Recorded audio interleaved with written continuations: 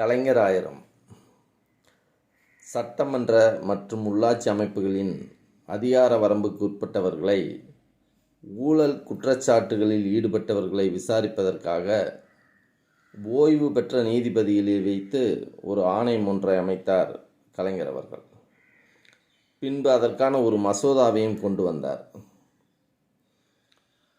அந்த மசோதாவை எம்ஜிஆர் அவர்கள் வந்தவுடன் அது ஒரு கருப்பு மசோதா என்று அதை கலைத்து விட்டார்.